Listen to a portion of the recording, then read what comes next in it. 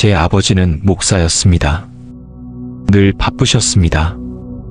평일에는 힘들고 어려운 분들을 찾아다니며 기도하셨고, 주중에도 설교 준비로 새벽부터 밤까지 집을 비우는 날이 많았습니다. 저는 태어나 보니 목사의 자식이었습니다. 집안에서는 새벽기도, 수요예배, 금요예배, 주일예배를 빠지면 안 되는 규칙처럼 여겨졌습니다. 저는 목사의 자식일 뿐 목사는 아니었습니다. 하지만 아버지와 어머니는 제 행동을 항상 지켜보셨습니다. 성도님들이 보니까 행동을 조심해라. 교회 성도 앞에서 인사를 한 번 안 하면 왜 인사를 안 하니?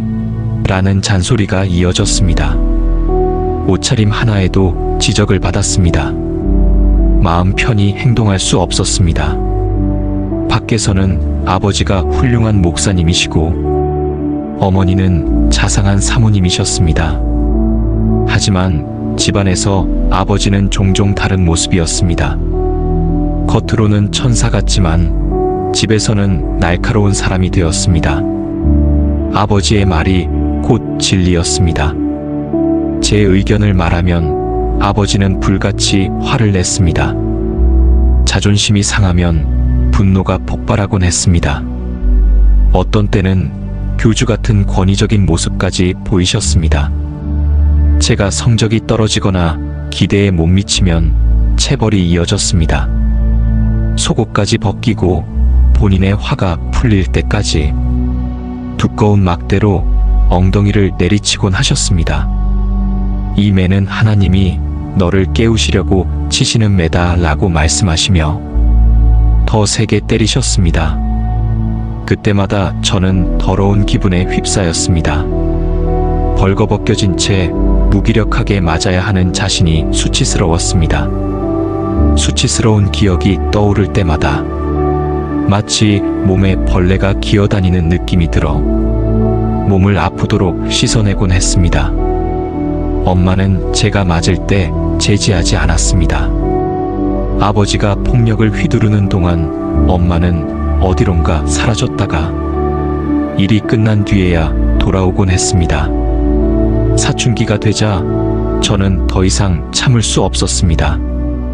밤만 되면 아버지에게 맞던 순간들이 떠올라 견딜 수 없는 수치심이 올라왔습니다. 학교에서는 별일 아닌 상황에도 가슴에 우라가 올라왔고 어느새 친구들에게 싸움을 걸고 때리는 등 폭력으로 스트레스를 풀었습니다. 엄마가 학교로 불려오는 일이 잦아졌습니다.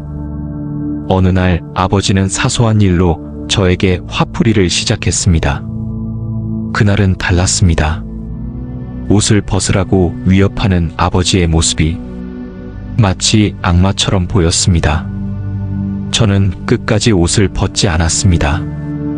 저를 지키기 위해 몸싸움까지 하게 되었고 그 과정에서 아버지의 멱살까지 잡게 되었습니다. 사람들은 이런 저를 알게 된다면 페류나라고 말할지도 모릅니다. 그렇지만 저도 어쩔 수 없었습니다. 그날 저는 더 이상 당하지 않기 위해 싸웠습니다. 그날 이후로 아버지는 저를 구타하지 않았습니다. 하지만 상처는 고스란히 남았습니다. 성인이 된 지금도 아버지를 보면 가슴이 무겁고 서로 마주칠 때면 냉랭한 기운이 흐릅니다. 아버지에 대한 분노와 상처는 쉽게 사라지지 않습니다. 저는 아버지를 용서하지 못합니다. 부모님은 교회와 성도들을 위해 밖으로만 향해 있었습니다.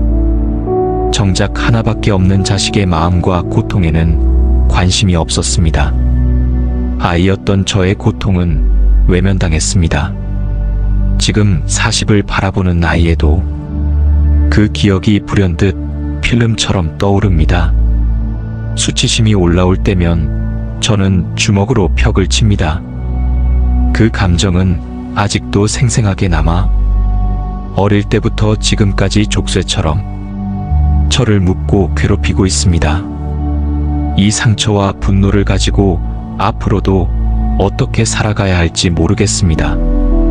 어떻게 하면 이 고통에서 벗어날 수 있을까요?